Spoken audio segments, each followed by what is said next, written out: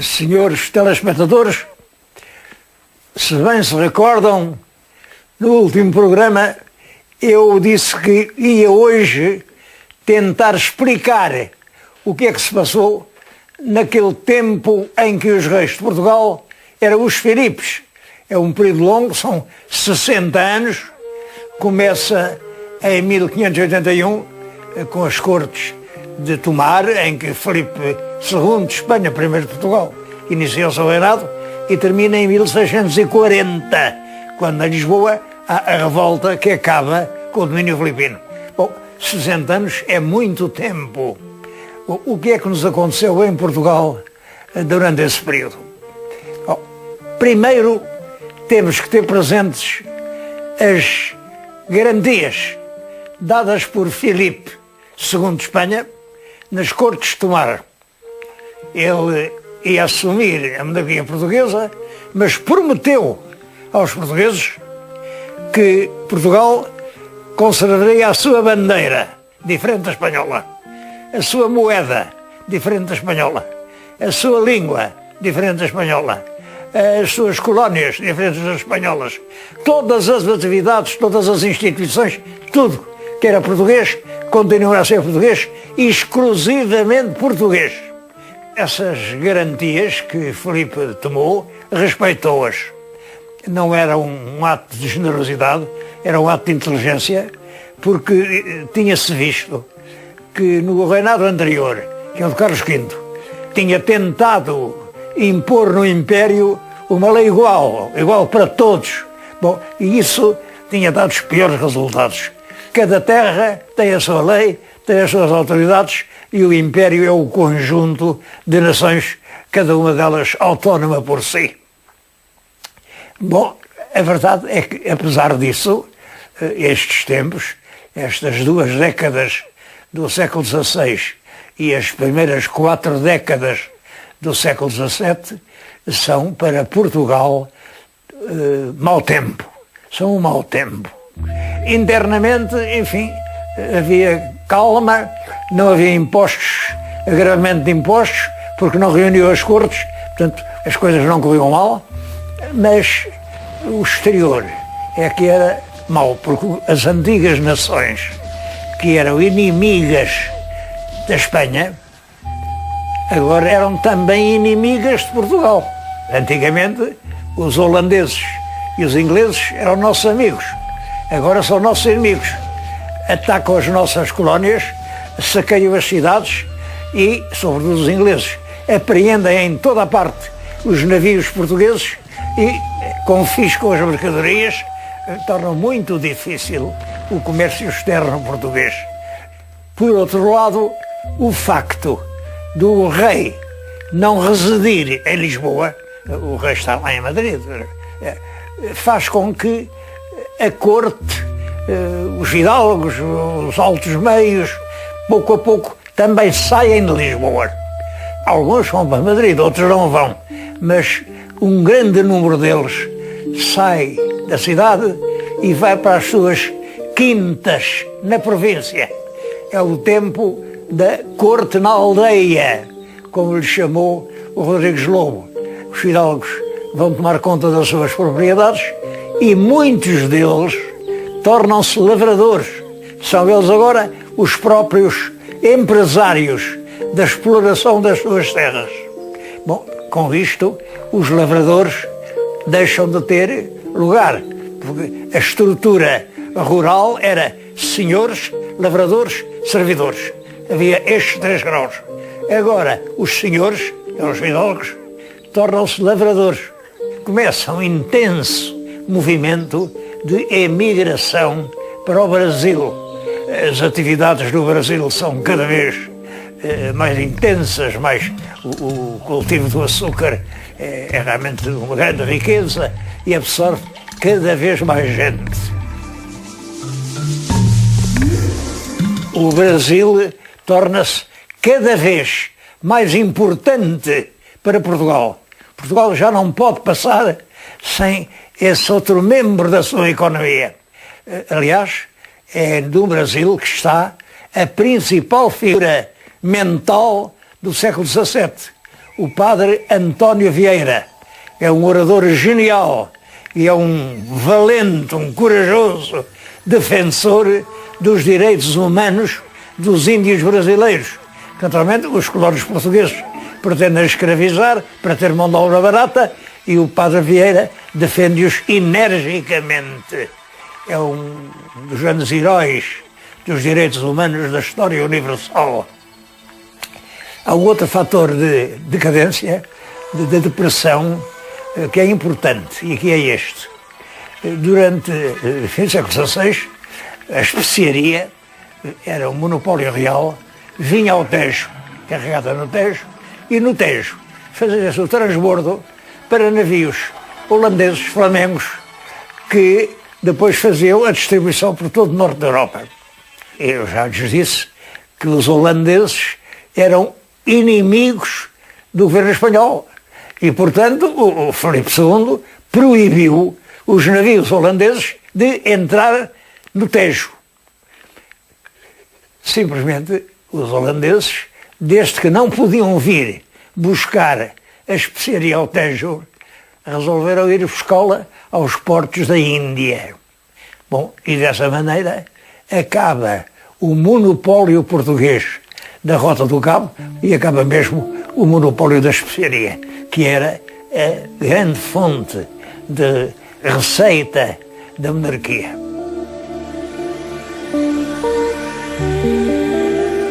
A rivalidade anglo-espanhola pelo domínio da Europa e do mar era cada vez mais intensa, até que Filipe II resolve dar um golpe definitivo que acabasse com essa hegemonia inglesa. E em 1588 resolve organizar uma expedição gigante, como nunca se tinha visto. 640 navios de alto bordo, portanto, os maiores navios do tempo, centenas de navios auxiliares para o desembarque, 2.500 canhões, 16.000 homens, soldados de terra para desembarcar. Bom, é um poder naval como nunca se tinha visto.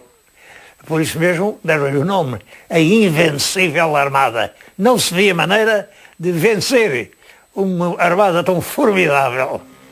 Mas a armada lá foi para a Inglaterra, resolveu desembarcar nos portos do Mar do Norte, da Mancha.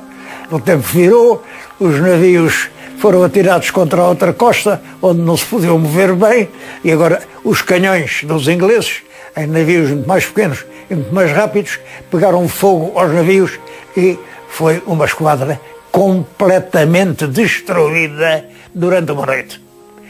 Isto veio confirmar o poder britânico como senhor dos mares.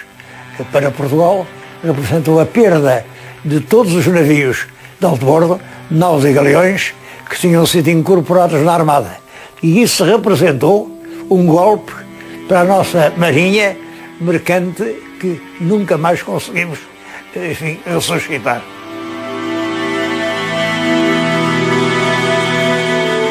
No plano interno, o ambiente é de certa serenidade. A população aceita, enfim, o domínio do rei castelhano, até porque isso não é evidente, tudo continua a ser português, fala-se português, o dinheiro é português, a autoridade é portuguesa. O prior do Crato, o Dom António, depois derrotado, andou por França e por Inglaterra a pedir ajuda, o auxílio para recuperar o trono, mas, e por duas vezes, de uma vez veio a Portugal, da outra vez aos Açores, mas não conseguiu o apoio da população. Da vinda a Portugal até ficou uma frase célebre, que é os amigos de Peniche, porque a esquadra inglesa desembarcou em Peniche e veio depois de Peniche até à entrada de Lisboa, onde não conseguiu entrar, porque o povo opôs-se. Mas, enfim, eram amigos, diziam que eram amigos, eram os nossos amigos, mas eram amigos de Peniche. Estas características mantêm-se aproximadamente no reinado seguinte do nosso Filipe II, terceiro de Espanha. Enfim, não há assim nada. Há realmente as lutas no Brasil, na Índia, Mas aqui as coisas são serenas. Já no tempo do Filipe III, ele segue uma linha diferente. O seu valido, o seu conselheiro, é o Conde Duque de Olivares, e o Conde Duque de Olivares não é da opinião que se deva dar autonomia completa aos países que fazem parte do Império, afinal de contas, do Império Espanhol. Não, todos eles devem ter um rei, uma lei, enfim, unidade. Bom, é dentro dessa linha que ele manda mobilizar os fidalgos portugueses para comparecerem na Catalunha para tomarem parte na repressão da grande revolta que os catalães fazem contra Castela e querendo ser independentes ou integrar-se mesmo na França, que são vizinhos. É por essa altura que ele já impõe impostos, o Olivares, e é isso que origina as primeiras grandes reações populares contra o domínio filipino. É o caso da famosa revolta do Manuelinho de Évora. Bom, Manuelinho já não era vivo, tinha morrido havia poucos anos, ainda estava muito na memória popular. Era um gigante, era um homem enorme, enorme, e por isso é que lhe chamavam Manuelinho. Era tonto, era o motivo das brincadeiras, das garotices, da rapaziada de Évora, porque ele realmente, coitadito, era um pobre de espírito e dava-se ao gozo. Bom, o Manuelinho. Ora bem, é este homem que aparece a assinar todas as convocações, as ordens que dirigem o movimento. O Conde Duque de Olivares foi a comandar um exército grande, de milhares de homens, onde condenaram às galés, ao serviço das galés, umas dezenas de implicados no movimento. Bom, mas é curioso, reparem, agora o movimento popular não tem nenhum cabecilha, não tem nenhum homem que apareça à frente como o herói do movimento, não. É um anónimo morto e tonto.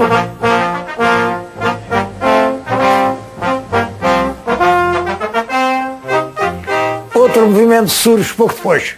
Manuelinho de Évora é em 1638.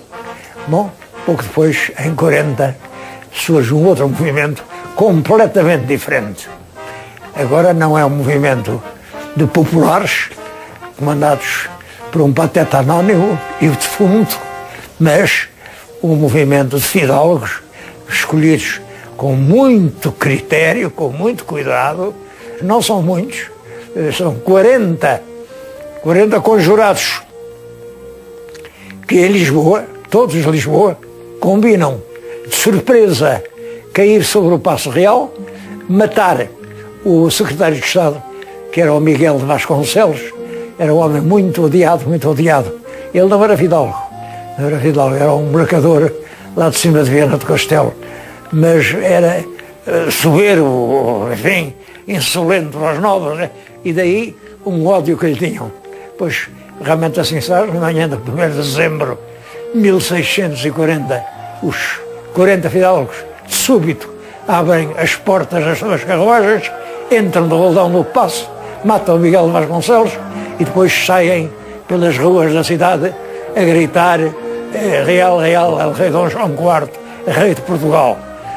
Toda a população de Lisboa vem para a rua, adere imediatamente a esta proclamação e, de um momento para o outro, as repartições, em vez de despacharem em nome de Filipe IV, agora despacham em nome de Dom João IV, Rei de Portugal. A adesão popular à causa da restauração é unânime em todas as vilas, em todas as cidades, no Brasil, nos Açores, na Madeira, em Angola, em toda a parte. Toda a gente adere à restauração de um monarca português no trono de Portugal. É claro, aqui em Portugal é que não houve a mesma unanimidade. Há um movimento de fidalgos chefiado pelo Marquês de Vila Real e com o arcebispo de Braga e com grandes figuras que organizam uma contra-conspiração para repor no trono o Filipe. Mas isso é descoberto a tempo e todos os conspiradores são presos e os que não são eclesiásticos são degolados no Rossio. É uma repressão extremamente cruel, mas de facto compreende-se que nessa altura não podia haver delicadezas.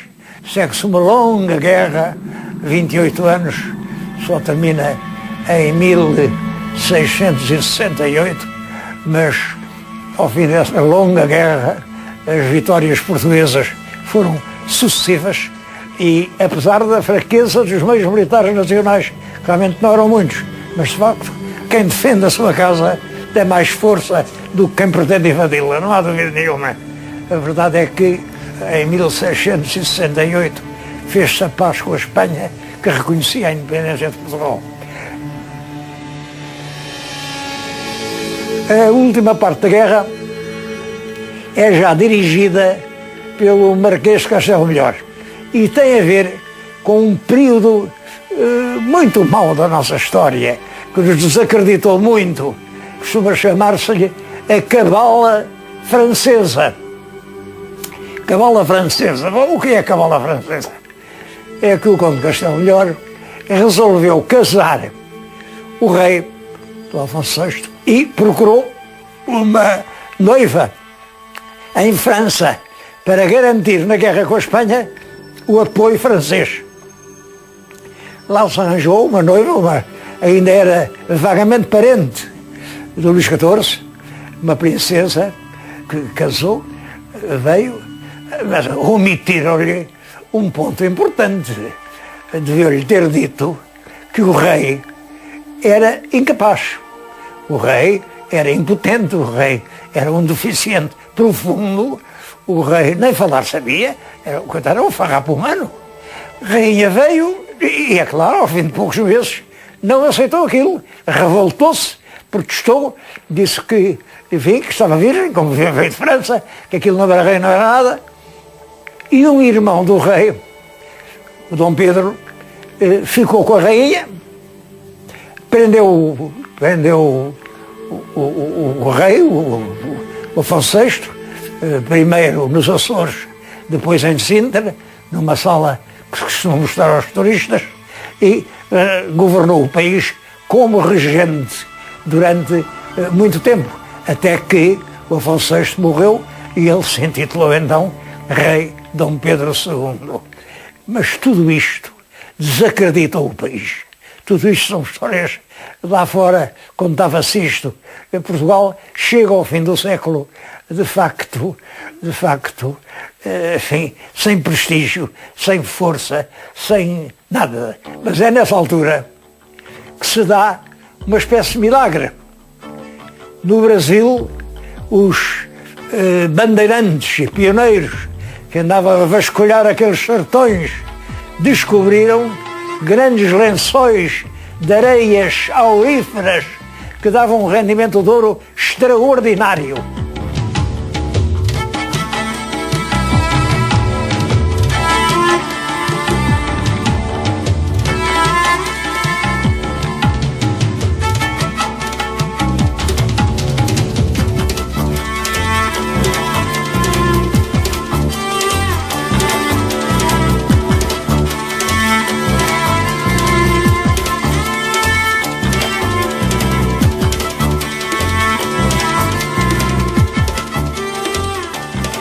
A maré alta da produção de ouro é entre os anos de 1735, portanto, uma grande parte do reinado de João V, e 1766, portanto, ainda 16 anos do governo do Pombal.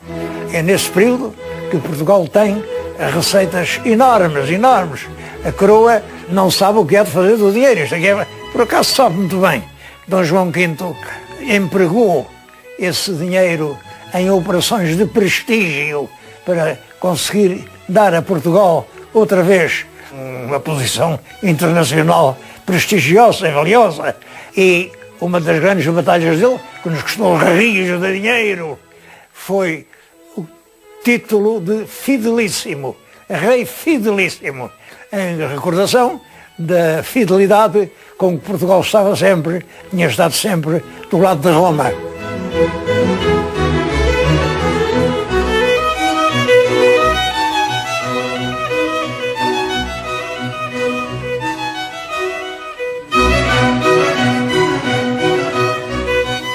Dom João V teve também uma grande preocupação com a política cultural. Criou as grandes bibliotecas, deu ordens a todos os embaixadores para comprarem todos os livros importantes que aparecessem e mandá-los para Portugal. Uma grande parte desses livros estão ainda hoje na Biblioteca de Mafra, na Biblioteca da Ajuda, na Biblioteca de Sintra, enfim, são realmente tesouros, são tesouros. Em Coimbra, como de facto não havia espaço para tanto livro que vinha, mandou-se construir uma biblioteca. É um monumento lindíssimo, é um monumento nacional e vale a pena ver a Biblioteca de Coimbra como expoente da obra de Dom João V na cultura. Não fez só isso, ele fez também o Palácio de Mafra, que é realmente outra operação de prestígio. É um dos edifícios maiores da Europa, maiores. Quanto ao gosto, cada um tem a sua opinião. Aquilo é sobretudo obra de arquitetos estrangeiros, porque nós não tínhamos, nessa altura não tínhamos arquitetos. Saíamos do período difícil da guerra com a Espanha, em que todos os esforços nacionais, todos, tinham sido para fortalecer o exército e ganhar as batalhas da guerra peninsular.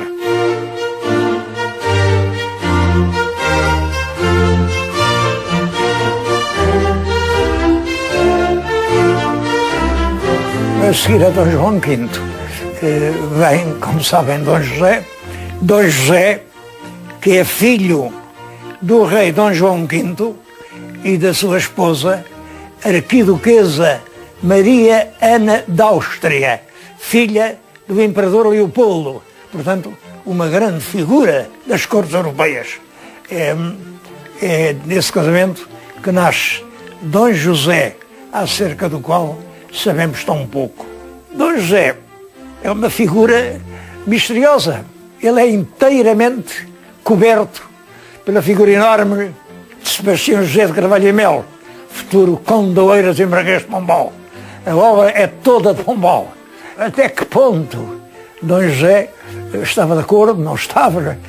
É uma figura, é uma sombra, Dom José é uma sombra. A obra de Pombal é que é uma importante tentativa de restauração do poder real, da autoridade do Estado e que faz de Portugal um país moderno. Vamos falar nisso no nosso próximo programa.